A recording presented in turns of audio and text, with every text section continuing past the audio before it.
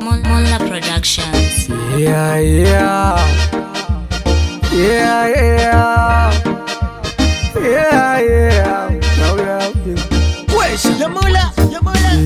Ndakazvitsvakira mukarati ndaisaziva kuti ndaita chiparanza. Paakazondiita kawati ndakazodemba pava paenda vafarasi. Mukuona chi rutu ndakati mukadzi wangu ngaapfeke gutsu aende kumusha kunoraiwa kurutsu nekuti anozoguma handibatira chocho.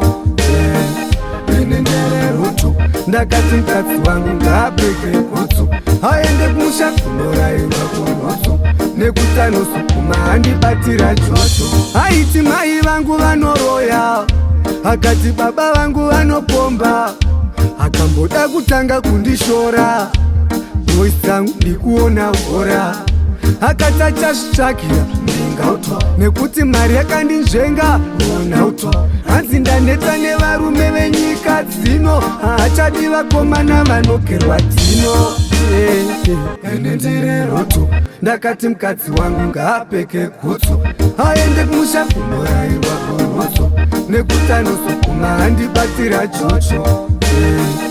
Enendireroto ndakati mukadzi wangu ngaapfeke gutsu aende kumusha kunoraiwa kurutsu nekuti anozoguma handibatira chocho.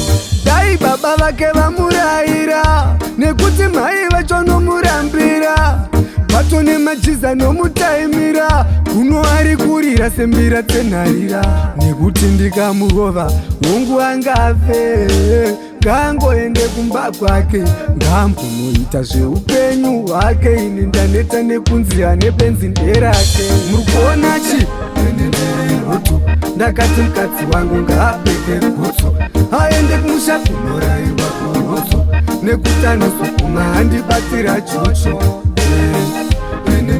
Rutu ndakati mukadzi wangu ngaapfeke gutsu aende kumusha kunoraiwa kurutsu nekuti anozoguma handibatira chocho. Aiti mai vangu vanoroya, akati baba vangu vanopomba, akamboda kutanga kundishora voice dzangu ndikuona hora.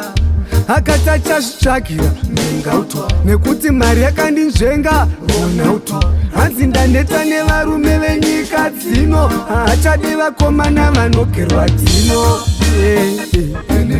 Rutu ndakati mukadzi wangu ngaapfeke gutsu aende kumusha kunoraiwa kurutsu nekuti anozoguma handibatira chocho.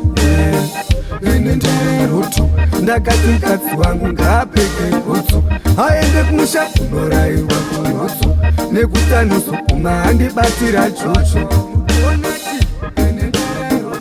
Ndakati mukadzi wangu ngaapfeke gutsu aende kumusha kunoraiwa kurutsu nekuti anozoguma handibatira chocho.